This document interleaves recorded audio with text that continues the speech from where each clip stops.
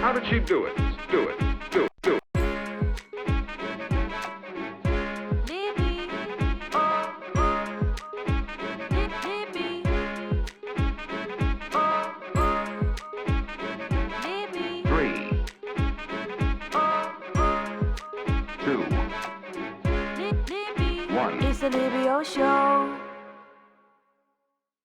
What's going on, my friends? Libby here with a brand new episode of the Libby Show. And today I am so excited about our next guest because she's an author and a longtime friend, and we're actually from the same hometown. That's how we know each other. Yeah. Katy Boatman, welcome to the Libby Show. Thank you. I'm really excited that we got to do this. I think it's such a treat. Me too. Yeah. And you've written 2 devotionals for boys and girls, You Can Rest and You Can Trust, and we're about to get into those. Yes, I can't wait. We didn't plan to match these books, but we did today. Yeah. So, I mean, we really are just on brand. I'm here for it. It's great. so on brand. And we've got to mention these Lego flowers. This is the first thing that I saw when I walked in your house, and I'm obsessed. I know. I really can't take any credit for them. My roommate put those together back in like 2020 when we were all stuck in the house. But they've stuck around. I mean, clearly I kill every other flower, so this really works for me. It's great. I love it. Well, Yeah. Thank you for welcoming me into your home. Of course. And to let people know, yeah, we're from the same hometown. We've known each other for years. Her dad is my dentist. Yes. And your aunt is my hygienist. Yep, mine too. So it's like, shout out to Ted and Helen. Yeah. I feel like they would really be happy that we gave them I think some so. credit. I think so too. Shout out. So yeah, we have quite the Augusta crew here. We really do.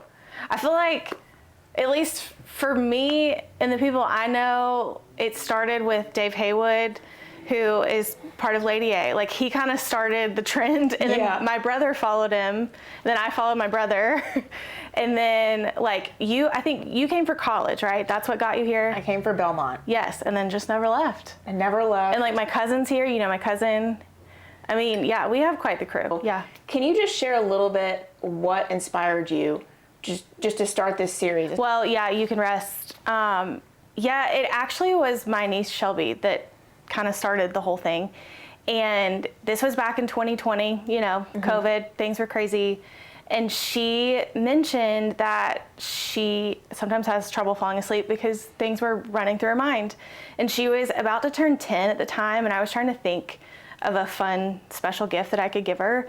And I loved to write, and so I was like, man, I'll write her like a little short devotional, and maybe that'll help her go to sleep. And I wrote just 10 days of You Can Rest, and at the very last minute, I was like, you know, I wonder if there are friends and family who would also be interested in this, so I decided to self-publish it on Amazon. And I gave it to Shelby for her birthday, and she loved it. And then I put it up on Amazon, and because of my like history in the publishing industry, a friend reached out and said, who works for a publisher, and said, hey, you know, why didn't you send this to us? Like, let's talk about this.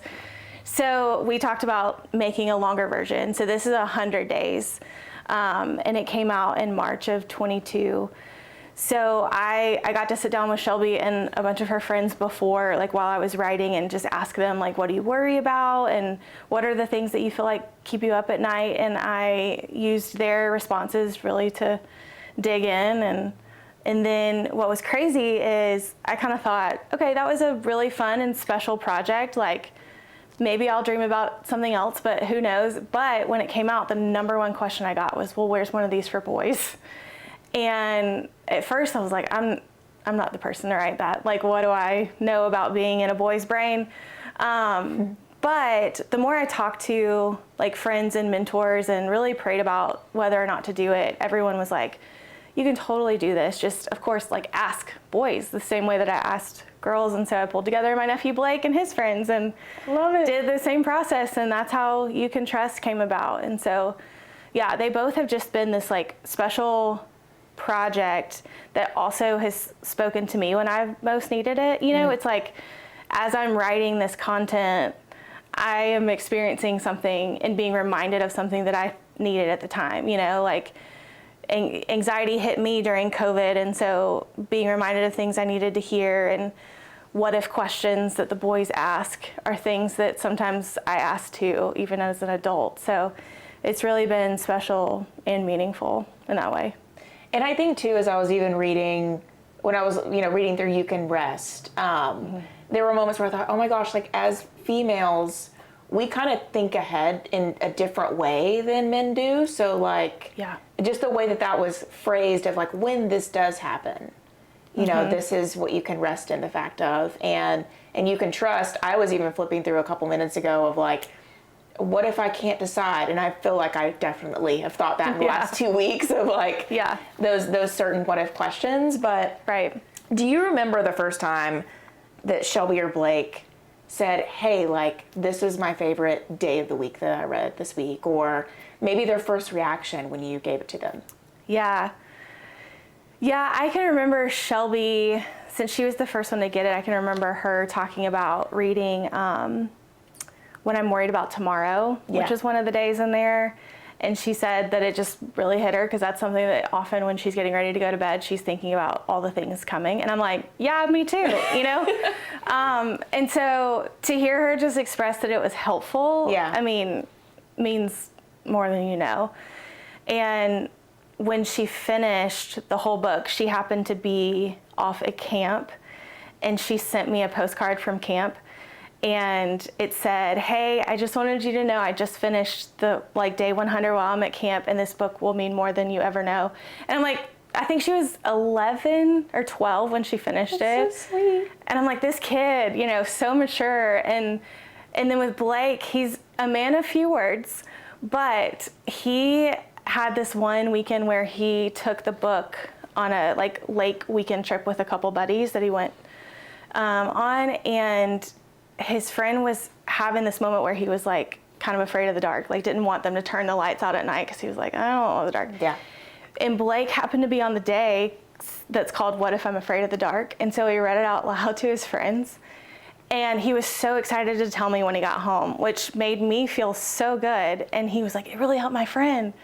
So to hear a 11-year-old boy say that A, he's reading a book, and B, that it helped his friend, those are just the things that are gonna stick with me forever. Those are those priceless moments. They really matter, and that they're taking that encouragement with them. And I think often we forget kids remember things that they're told. So being able to read something like this that they can, that's simple and what we need to be reminded of, that they can take anywhere, that they can help their friends with, that's creating more community and just more positivity. So I did listen to your interview with Annie Downs on her podcast about the first edition here, and Shelby was on it with you. And I remember this moment where she was even sharing how she falls asleep at night, and her very wise, words that she shared with the audience. So what has it been like being an aunt to her? Yeah. And to Blake. Sure. And I have one other, Ellie, too.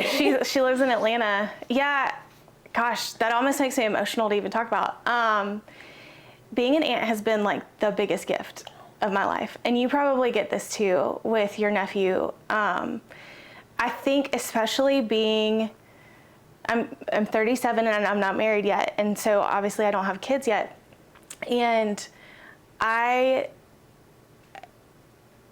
sorry. No, it's okay. It's just been this gift to be able to pour into their lives and to feel like God's not withholding anything from me by not having children. When I thought, at 37, I'm sure I'll be married and have kids.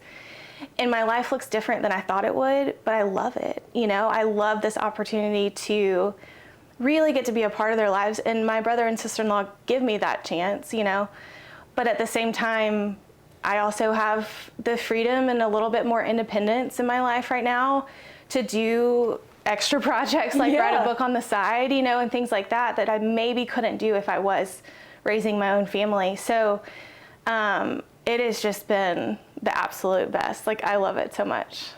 And the fact that these both came from such a personal place, and not to say that other people that write children's book, it doesn't come from a personal place, but the fact that this accidentally stemmed from wanting to encourage other family members is just so cool to me, and to watch that kind of unfold. And obviously, as long as I've known you, I always felt like one day you would write a book, and to see you write two in a very short amount of time is just so awesome.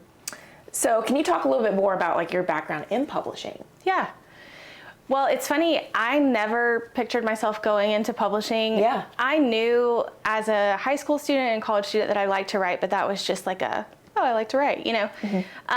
When I got here to Nashville, I was looking for anything and everything when it came to a job. I needed a reason to stay. And my brother and sister-in-law let me live with them for a summer. And they were like, you have the summer to find an apartment and a job. And I was like, yes, okay. So I found this job opening at Thomas Nelson, and it was in the sales department, which sales isn't really my thing, but it taught me a ton, and it opened me up to this whole world of publishing and sales and marketing that I didn't even know I was interested in.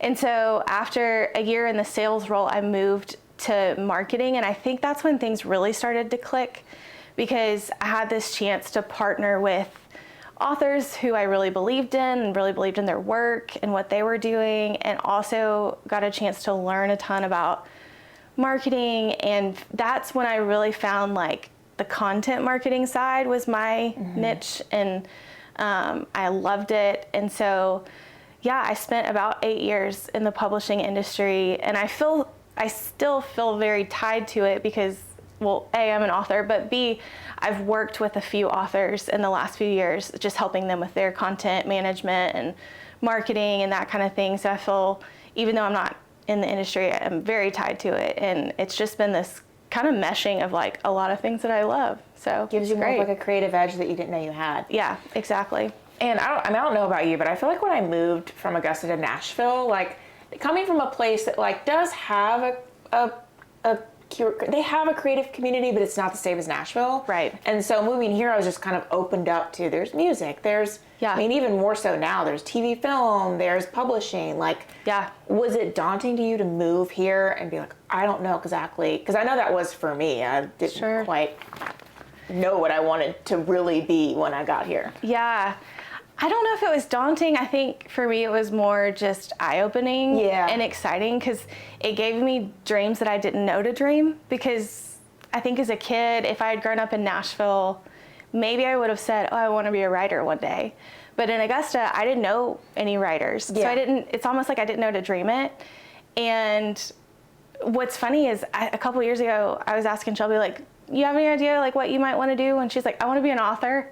Oh. And the fact that she said that, I'm like, wow, it's because she gets to see people do stuff like that, and, you know, like see tour managers and musicians. And I obviously love where we grew up and where we came from, but also I don't know that I would be doing this career if I was still living back home, you know? And so, yeah, it's so interesting, just like the world it's opened up us to, or whatever. No, I feel like you said, it is a very positive thing to look back in hindsight and think, oh wow, like this is not what I expected for my life at all. Right. Like, I mean, I was pretty shy leading up to when I actually started doing more interview type things. So to look back and be like, Libby, one day you're going to be like, I don't know.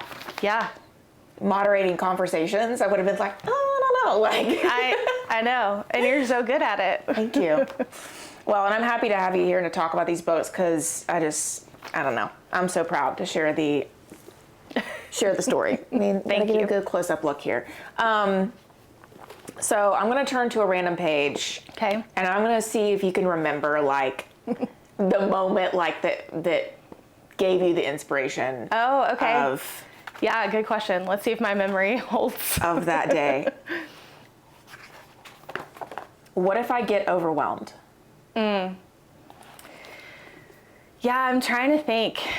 That came from just conversations with the kids about school and life changing so much. Because also with context, you know, a lot of this happened during COVID or right after. So they were coming off of like things changing every day, where it was like, today you go to school in person, today you go to school at your kitchen, like, or in your kitchen with the laptop, and, you know, now you don't go to school, and today you wear a mask, and today you don't, like, just the constant change. And so I think that really that overwhelmed word really popped up in those conversations, you know, of just like, this is ever changing, and also stuff that like we didn't deal with when we grew up. I mean, I'm sure I had days where I was overwhelmed by like schoolwork, but that was probably about it that would like overwhelm me. And so it's just a different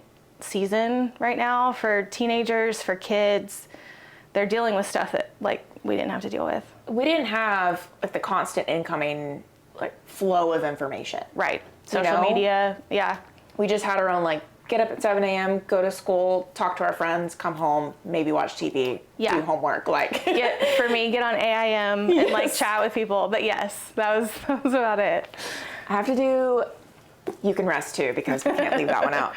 Okay. Yeah. Oh, there's journaling pages in here. Yes, the girls have journaling pages. This is probably what's also inspiring them to write. I love it. The girls have journaling, the boys have activities, because I thought they might need to like actually work out their stuff, you know? When you feel too much. Oh, yeah, that one I think probably came from my own stuff of just like, I think that's a topic that a lot of us girls start to feel. And I don't think that an 8 to 12-year-old, which is kind of the target for this, knows how to like say, I feel too much. I don't think they get that yet, but like we do as adults. And so I know that they'll get to that place. So I was trying to kind of get ahead of like, what if we could teach them as a preteen that you're not too much for somebody? How could that change middle school and high school for them? You know, if you figured that out, that like the way you are is okay just as you are, and that like your emotions are okay, and whatever you're feeling and worried about, like God's not scared about that. So I think that's where it was coming from, was a place of like, I hear a lot of adult women say this, so what if we try to teach them early? I love that. And it's like teaching you to trust your gut and your intuition. Yeah. That worries or those, thoughts are maybe useful in the long run, even if they're a little overwhelming in the moment. Right. Okay. So you also do have a background in working in student ministry. Yes. So how do you feel like those experiences prepped you to write for this type of audience? Yeah. I think they prepped me so much. I started working in student ministry when I was 19 as a volunteer with Young Life, and then just moved into like volunteering with my church for a lot of years and leading small groups and that kind of thing. And it's just that like relational life on life experience with a kid and a teenager, to hear what it is that they're going through and what they're struggling with and all of that really inspired, more ideas for this. And I've just learned over the years that relationship is so important, just to really give them space and time to talk about what's on their heart, which, doesn't always happen if you're just like meeting up. You're like, hey, how was your day? Tell me everything that's going on in your mind. And they're like, I really just wanted to like listen to this music and decompress. Right. But the more that you kind of step into a kid's world and show up for their games and their plays and that kind of thing, the more they open up. And those have been the experiences for me where I've gotten to see what's really going on with somebody and like how I can help walk alongside them. And it's all helped with these projects. Can you share a little bit more in detail how writing for kids inspires your creativity and personal faith journey? Yeah, that's a great question. It's a mind shift, because my like 9 to 5 job, I write for adults and kind of help with that kind of content. So it's a shift to think about, how do I write in a way that feels approachable and attainable to an 8 to 12-year-old, that are using words that would be relatable but not too big, but also not too young either. Like I want them to feel like this, like they're sitting across from me and I just get to hear about what's going on and then share a little bit about what I know. And so it does kind of, take a different gear in my brain to turn on, but also because of all those years of working with students, it's pretty easy to kind of get in that place. I think like I mentioned earlier, it's so interesting the way that things that I was struggling with as I would write. I'm like, oh, I actually needed to hear this. If I was like looking up scripture to teach from and write from and include, it would be something that was hitting me because I was feeling anxious. Or with the boy book, I remember like having just days where I was hitting that like writer's block. I'm like, I cannot with this book. I'm like, I don't know what else to say. And I would like sit down and just talk to the Lord about it and learn something new or hear from him in a way that I felt like I hadn't in a while or something, So it's very deeply personal to my faith journey for sure, because they're big connection points for me and the Lord. Have you found that as a writer, there are certain ideas or thoughts that we at first don't write about because we think everyone has already heard it several times, or it's something that maybe wouldn't be like as profound as we thought, and then we put it in writing and it actually resonates to a degree that we didn't expect? Like, do you find that often, especially like in this book? Definitely.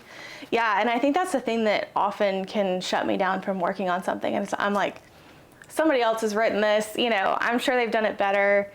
But I've heard friends and mentors say, the world needs your perspective. They need your voice. Yeah. And I've had to kind of remind myself that. And yeah, it's always interesting to see what actually comes out on paper and what I learn along the way too. And how you can keep reapplying it to different situations and scenarios. And so after you published You Can Rest, you got a lot of friends and family asking, when are you going to write the one for boys? And so you had it on your heart and mind, but how did you trust God when it was time to execute that idea? Yeah. Well, it took a lot of prayer. Yeah.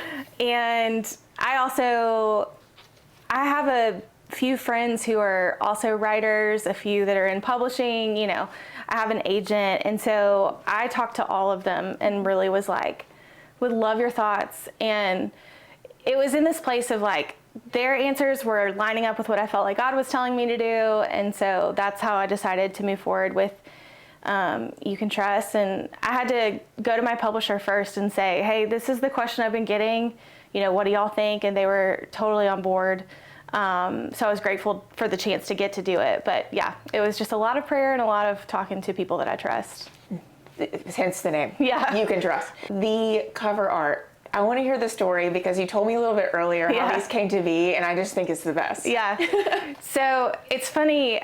I've always wondered, like, with every cover, I'm like, I wonder what the conversation was that got that started. And so I thought it would be this like, oh, I have this grand idea of what this is going to look like. But what's really true is I knew that I wanted You Can Rest to have like a peaceful feel. Like when you look at it, you just like have this peaceful feel from it. And I was sitting in my living room, and when like your TV it goes idle and it has like screensaver pictures that come up? That had happened, and this picture pops up of a mountain with a sunset, and it's got like pink and kind of like a teal color in it. And I was like, that's where it is because it's like half animated or something. Yeah, I have no idea. I mean, it's a real mountain somewhere. I wish I knew now, but like, and there was like green pasture out there, and I was like, that's it. That is the insert. So I like take a picture of the TV screen, and I sent it to my publisher. I was like, this is really random, but like, this is the feel. Like, this is the inspiration. But also, I was like, I also see this being kind of like a watercolor feel as well. So it was like that color scheme mixed with that they found an artist to do it. And I just love the way the cover turned out. And then when we started on You Can Trust, like I wanted the two to feel like they went together. Like I call this the brother book to the sister, Exactly. And because this was a nighttime feel with the moon and like reading before bed, I was like, well, what if this one is the daytime and this is the sun rising, and they can read it in the morning. Obviously they can read it whenever they want to, but I love just, the night and day and brother-sister pairing. It's really fun. So do Shelby and Blake, do they read them in order of the day, or do you know if they like to pick a random day or? Yeah, I know they both read them in order to start. And I think Shelby just like has started it over a few times. I don't know if she's going randomly. Yeah. And I haven't asked Blake recently because he I think he finished at Thanksgiving. No, that's not right. At Christmas, he finished going through the 100 days, which for an 11-year-old boy, I was like, way to go. Yeah, I was like, way to go, buddy. And he was really proud of himself, and it made me feel really special that he did. Just because, I mean, there are some boys who love to read, but I also know a lot who are like, I'd rather play outside. Yeah. And he's one of those, but he went through the whole thing, so. So another fun fact about the You Can Rest edition is you actually wrote a song with some members of Lady A based on You Can Rest. So can you talk a little bit about that? Yeah, that was so fun. So after I had written it hadn't come out yet, like it was off to print. I was thinking about how music is something that really helps calm me down when I'm worried. And I just was like, man, this book needs a song. Like the girls that are going to read this book, like they need a song to go with it. And of course, being in Nashville, I was like, I bet I can find somebody. Yeah, you can find someone for sure. So I reached out to Hillary Scott and Dave Haywood from Lady A, who are friends, like we talked about. And gosh, they were so gracious. They said yes. They both have young girls. And so they totally understood kind of my heart behind this project. And so we wrote You Can Rest, the song. We literally opened up copies of the book and looked at the table of contents and looked at different devotions and kind of used that as inspiration for the lyrics. And I had never written a song before. Like that's not my normal. I mean, to be fair, I've written songs when I was like 12, but like I've never. You've written books, you've written scripts, like you can write a song. Yes, but like to put it to music and all that, like they were so great, obviously, at that. And so You Can Rest, the song got to come out the same day that the book did.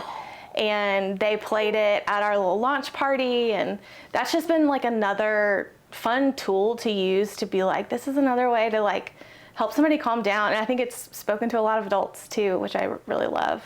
So yeah, I feel like as an adult, I always feel this pressure to constantly produce, constantly, especially in this town, like to have something out all the time, and that's actually not what God calls us to do all the time. So yeah, I feel like it really speaks. Yeah. Well, I was going to ask you what favorite book you're reading right now, but favorite music you're listening to right now. Oh, good question. What am I listening to right now? I recently got to go to Lauren Daigle's concert and hear her play a lot of songs from her new album. And so I've been listening to that a lot lately. I love her. I love her music.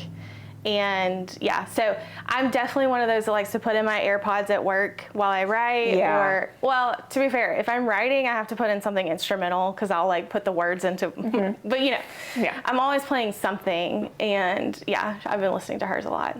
I feel like her recent album is probably my favorite. Yeah, I mean, I love all of it, but this, I don't know. I think it's the lyrics for me, or I don't know. Right, and it's just like a fun kind of eclectic vibe. It's uplifting. It's great. Favorite classic children's book?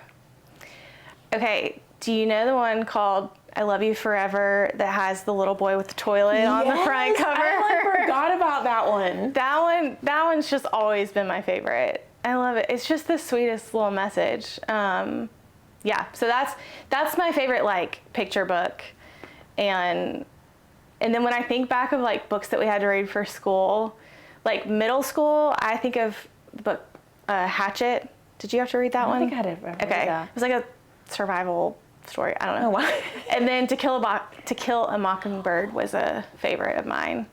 That's my favorite classic novel. Yeah. I got to see the play on Broadway. What? It's not a musical, but it's like a play, and it was incredible. Like it was so good. I don't know if it's still happening. This was a few years ago, but it was really good. I hope they still have it out because I would totally go see that. Yeah. Goodnight Moon is still my favorite classic children's book. Writer and or mentor in publishing that inspired you to pursue your writing talents? Yeah. So I've gotten to work really closely with two friends. One is Jenny Allen and the other is Annie Downs.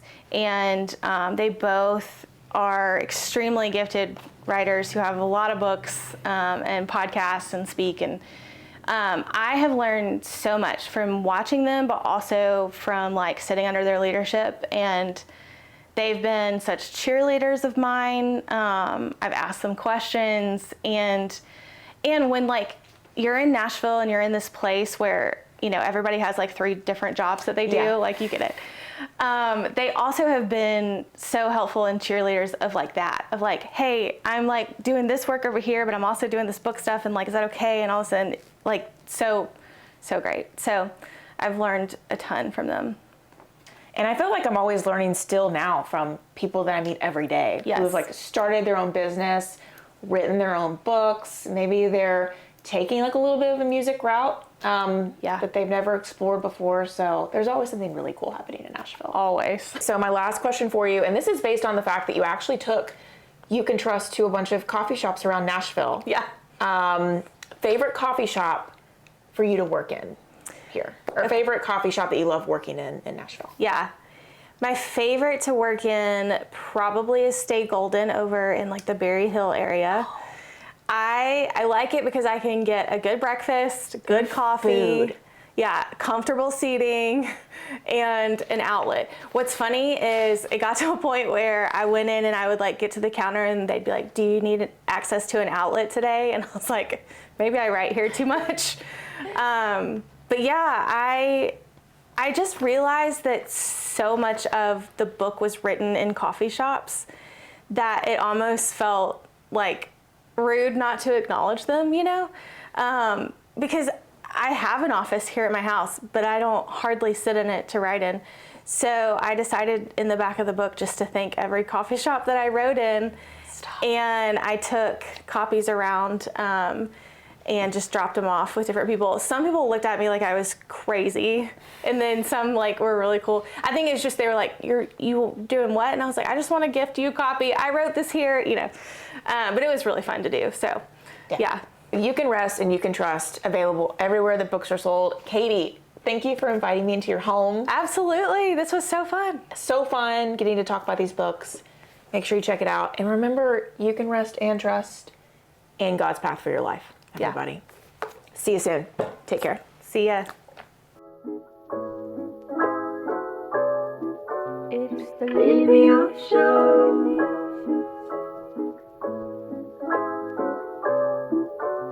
The Libby Show. It's the Libby Show. It's the Libby Show.